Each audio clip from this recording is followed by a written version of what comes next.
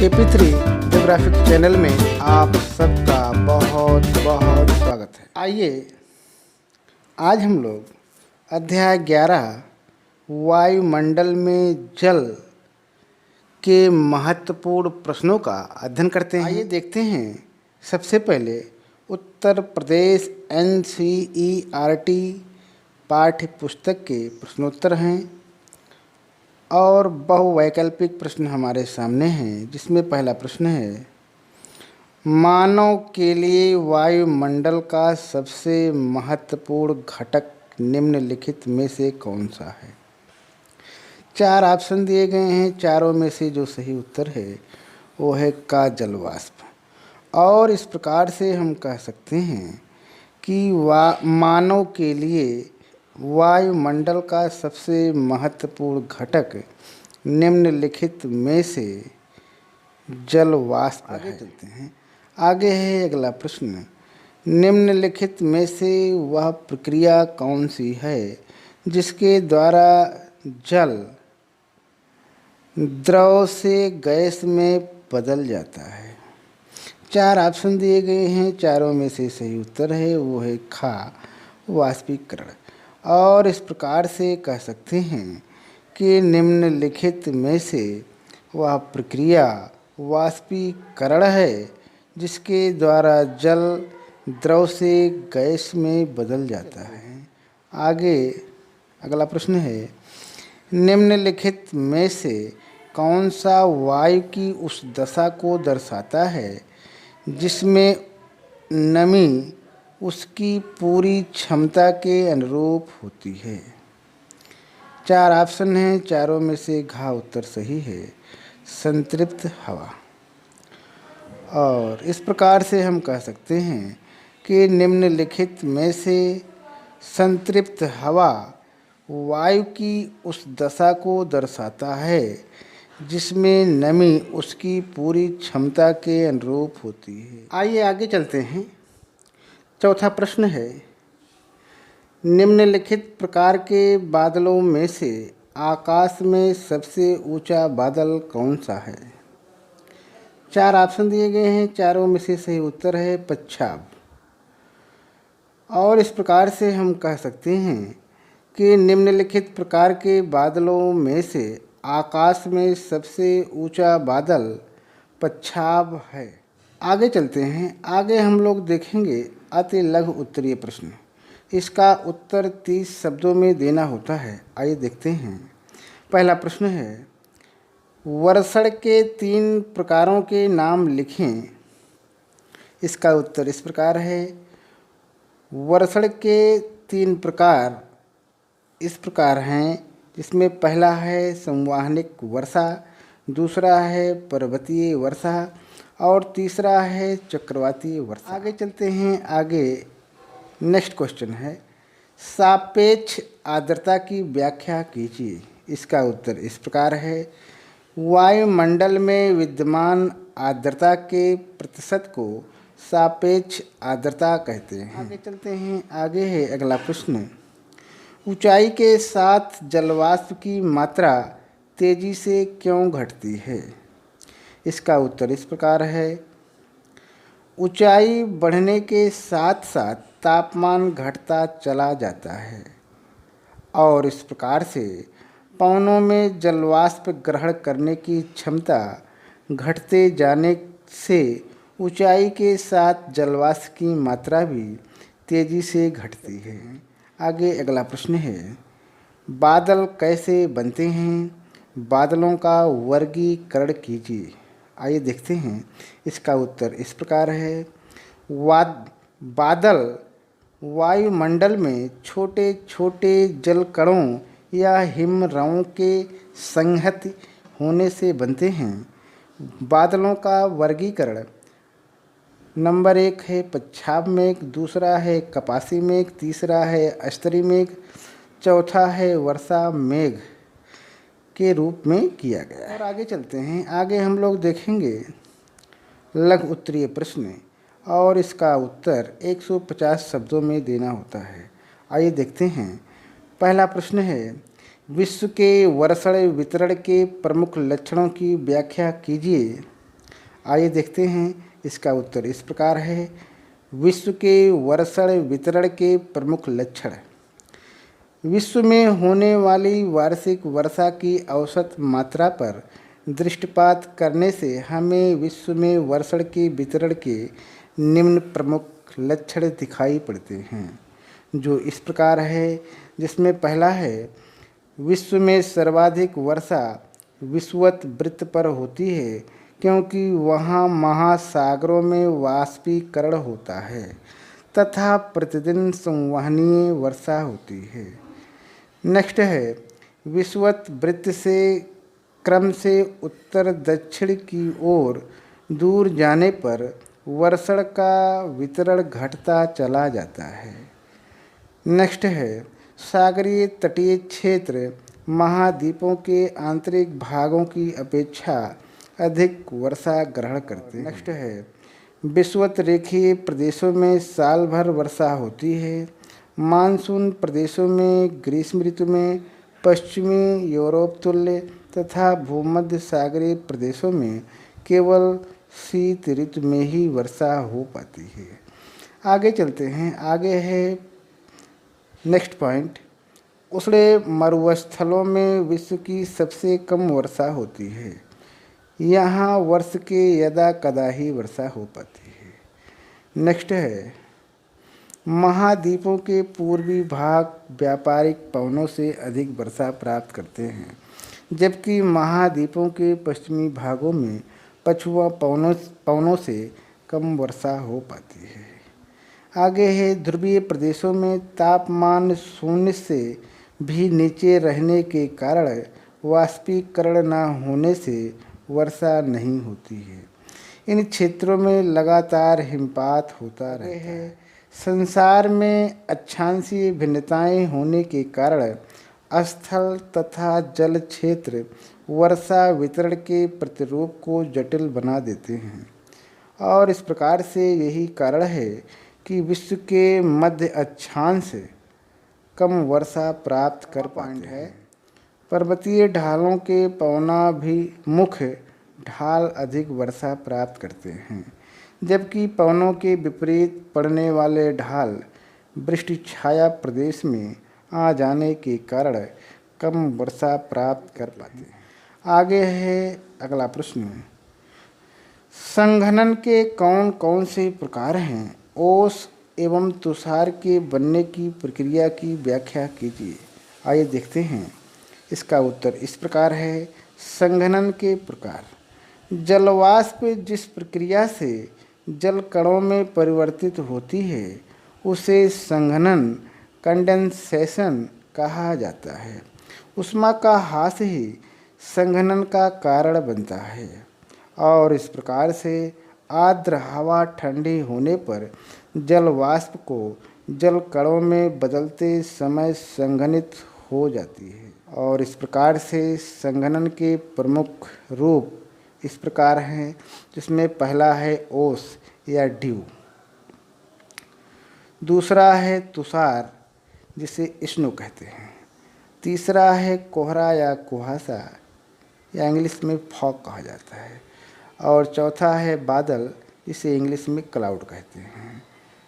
ओस और तुषार बनने की प्रक्रिया इस प्रकार है। पहले हम लोग देखेंगे ओस। जब आर्द्रता धरातल के ऊपर हवा में संघनन केंद्रकों पर संघनित न होकर ठोस वस्तु जैसे पत्थर, घास तथा पौधों की पत्तियों की ठंडी सतहों पर पानी की बूंदों के रूप में जमा होती है, तब इसे ओस के नाम से जाना जाता है। बनने के लिए सबसे उपयुक्त अवस्थाएं साफ आकाश, शांत हवा, उच्च सापेक्ष आर्द्रता तथा ठंडी एवं लंबी रातें हैं। ओस के बनने के लिए यह आवश्यक है कि ओसांक जमाव बिंदु से ऊपर। नेक्स्ट है तुषार। आइए देखते हैं। तुषार ठंडी सतहों पर बनता है जब संघनन तापमान के जमाव बिंदु से नीचे 0 डिग्री से नीचे चले जाने पर होता है, अर्थात ओसांक बिंदु पर या उसके नीचे होता है और इस प्रकार से अतिरिक्त नमी पानी की बूंदों की बजाय छोटे छोटे बर्फ के रवों के रूप में जमा होती हैं। उजले तुषार के बनने की सबसे उपयुक्त अवस्थाएं ओस के बनने की अवस्थाओं के समान है। केवल हवा का तापमान जमाव बिंदु पर या उससे नीचे होना चाहिए। परीक्षोपयोगी अन्य महत्वपूर्ण प्रश्न, बहुविकल्पीय प्रश्न हमारे सामने हैं, जिसमें पहला प्रश्न है, निम्न में से आर्द्रता किसे कहते हैं? 4 ऑप्शन दिए गए हैं, चारों में से सही उत्तर है पहले का घा। घा उत्तर सही है, यानी कि पवन में विद्यमान जलवाष्प। और इस प्रकार हम कह सकते हैं कि निम्न में से आर्द्रता पवन में विद्यमान जलवाष्प कहते हैं। आगे हम लोग देखेंगे अगला प्रश्न, वाष्पीकरण के लिए मुख्य रूप से निम्न में से कौन उत्तरदायी होता है? 4 ऑप्शन दिए गए हैं, चारों में से जो सही उत्तर है वो है दूसरे का खा। और इस प्रकार से हम कह सकते हैं, यानी खा तापमान। और इस प्रकार कहा जा सकता है कि वाष्पीकरण के लिए मुख्य रूप से निम्न में से तापमान उत्तरदायी होता है। चलते हैं, तीसरा प्रश्न है, दिए गए प्रतिदर्श में जिस तापमान पर संतृप्तता आती है उसे निम्न में से क्या कहा जाता है? 4 ऑप्शन है, चारों में से सही उत्तर है वो है तीसरे का का। और इस प्रकार से हम कह सकते हैं ओसांक बिंदु सही है। इस प्रकार से इसको कहा जा सकता है कि दिए गए प्रतिदर्श में जिस तापमान पर संतृप्तता आती है उसे निम्न में से ओसांक कहा जाता है। चौथा प्रश्न है, जलवाष्प का जल के रूप में बदलना निम्न में से क्या कहलाता है?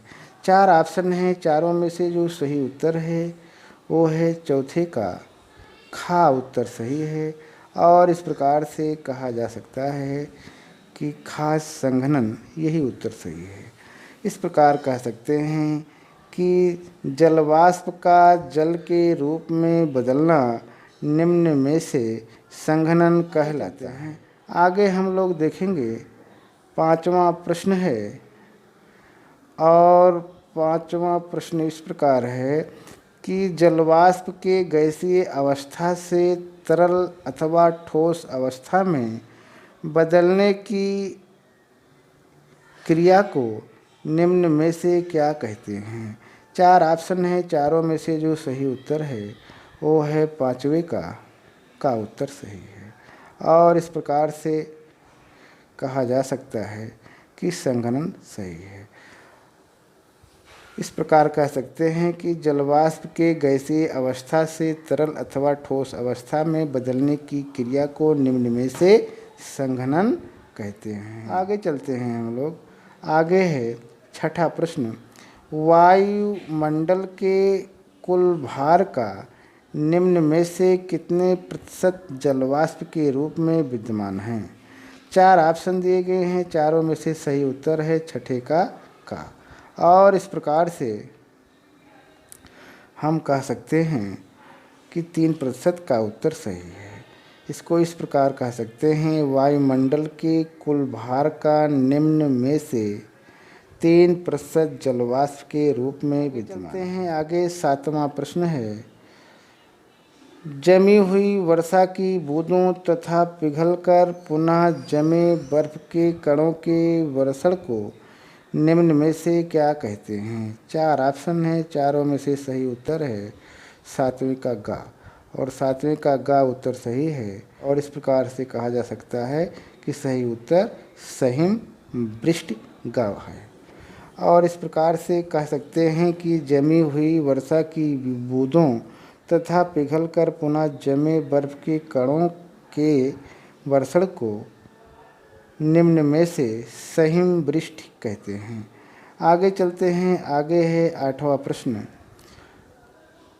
जो इस प्रकार है गर्म तथा ठंडी वायु राशियों के मिलन से उत्पन्न वर्षा को निम्न में से क्या कहते हैं? 4 ऑप्शन दिए गए हैं, चारों में से सही उत्तर है 8वें का उत्तर सही है। और इस प्रकार से कहा जा सकता है कि का उत्तर चक्रवातीय वर्षा यही सही है। इस प्रकार कह सकते हैं गर्म तथा ठंडी वायु राशियों के मिलन से उत्पन्न वर्षा को निम्न में से चक्रवातीय वर्षा कहते हैं। आगे है 9वां प्रश्न। ऐसी स्थिति को जिसमें कोहरा तथा धुआं सम्मिलित रूप में बनते हैं कहा जाता है? 4 ऑप्शन दिए गए हैं, चारों में से सही उत्तर है 9वें का खा उत्तर सही है। और इस प्रकार से धूम्र कोहरा यही सही उत्तर है। इस प्रकार से कह सकते हैं कि ऐसी स्थिति को जिसमें कोहरा तथा धुआं सम्मिलित रूप से बनते हैं धूम्र कोहरा कहा जाता है। 10वां प्रश्न। वायुमंडल में विद्यमान जलवाष्प की वास्तविक मात्रा को क्या कहा जाता है? 4 ऑप्शन हैं, चारों में से जो सही उत्तर है वो है 10वें का उत्तर सही है। 10वें का उत्तर सही है, यानी निरपेक्ष आर्द्रता। और इस प्रकार से कह सकते हैं कि वायुमंडल में विद्यमान जलवाष्प की वास्तविक मात्रा को निरपेक्ष आर्द्रता कहा जाता है। आगे है नेक्स्ट क्वेश्चन 11वां प्रश्न। आइए देखते हैं। पच्छाद मेघों का निर्माण निम्न में से कितनी ऊंचाई पर होता है? 4 ऑप्शन दिए गए हैं, चारों में से सही उत्तर है 11वें का यानी 8000 से 12000 मीटर, यही उत्तर सही है। और इस प्रकार से कह सकते हैं कि पच्छाद मेघों का निर्माण निम्न में से 8000 से 12000 मीटर की ऊंचाई पर होता है। आगे है 12वां प्रश्न। आइए देखते हैं। हवा के प्रति इकाई आयतन में उपस्थित जलवाष्प की वास्तविक मात्रा को निम्न में से क्या कहते हैं? 4 ऑप्शन हैं, चारों में से जो सही उत्तर है वो इस प्रकार है 12वें का खा उत्तर सही है, यानी निरपेक्ष आर्द्रता। और इस प्रकार से हम कह सकते हैं कि हवा के प्रति इकाई आयतन में उपस्थित जलवाष्प की वास्तविक मात्रा को निम्न में से निरपेक्ष आर्द्रता कहते हैं। अंतिम प्रश्न है, आइए देखते हैं। चक्रवातीय वर्षा निम्न में से कहाँ होती है? 4 ऑप्शन दिए गए हैं, चारों में से सही उत्तर है वो है 13वें का घा, यानी बहिरुष्ण कटिबंध है। और इस प्रकार से हम कह सकते हैं चक्रवातीय वर्षा निम्न में से बहिरुष्ण कटिबंध में होती है। इस प्रकार से आज हम लोगों ने अध्याय 11 के महत्वपूर्ण प्रश्नों का अध्ययन किया। आज यहीं तक। बहुत बहुत धन्यवाद।